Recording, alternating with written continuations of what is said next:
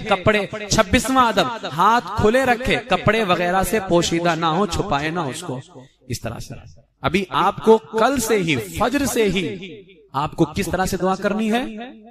اور ایک بات میری کان کھول کے سن لو، کبھی کسی مولانا صاحب کو دیکھو ایسے بیٹھے ہوئے ہیں، یہ نہیں سمجھنا کہ وہ صحیح طریقہ ہے. مجھے بھی کبھی دیکھنا کہ یہ ایسی مانگ رہا ہے تو یہ نہیں سمجھنا کہ یہ صحیح طریقہ ہے. صحیح طریقہ وہی ہے جو میرے مصطفیٰ نے بتایا ہے. میرے اعلیٰ حضرت نے فرمایا کہ ہم پیروں علماء اپنے علماء کی بات پیروں کی بات تب تک مانتے ہیں جب تک وہ حضور کے مطابق ہے. اگر حضور کے خلاف تو اس کی بات دیوار پہ مار کر کے رسول اللہ کے قدموں سے لپٹ جاتی ہے. تو آپ کسی کو دیکھیں کہ وہ ایسے بیٹھا ہے اور فلاں حضرت ہیں، تو کوئی سے بھی حضرت ہوں، سب سے بڑے حضرت کا نام محمد عربی سید عالم صلی اللہ تعالی علیہ وسلم ہے.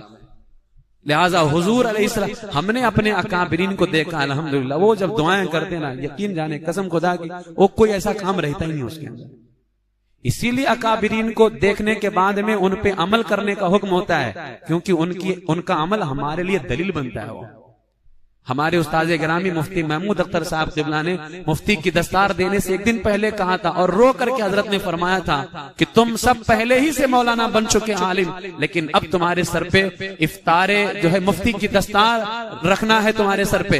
اب تمہارا ہر قدم تمہاری قوم کے لیے تمہارے لوگوں کے لیے وہ دلیل ہے. خدا کے واسطے اپنا قدم سنبھالنا ورنہ امت بگڑ جائے گی، اور اگر وہ بگڑے گی تمہیں دیکھ کر کے سارا وبال تمہارے سر پہ آئے گا، سارا وبال تمہارے سر پہ آئے گا.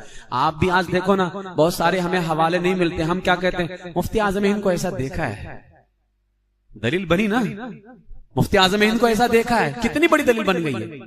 اس لیے آپ کبھی بھی، اب یہ میں فضائل دعا سے اعلیٰ حضرت کے والد کی کتاب سے بیان کر رہا ہوں، لہٰذا کبھی کسی کو دیکھیں کہ وہ ایسا بیٹھا ہے، ایسا کر رہا ہے، ویسا کر رہا ہے، وہ غلط ہو سکتا ہے، یہ غلط نہیں ہو سکتا ہے. آپ کو ہاتھ کیسے رکھنا ہے؟ اس طرح مت رکھیے، اس طرح سے، ٹھیک ہے، ایسے رکھیے، سب لوگ ایسے رکھیے دعا کے لیے.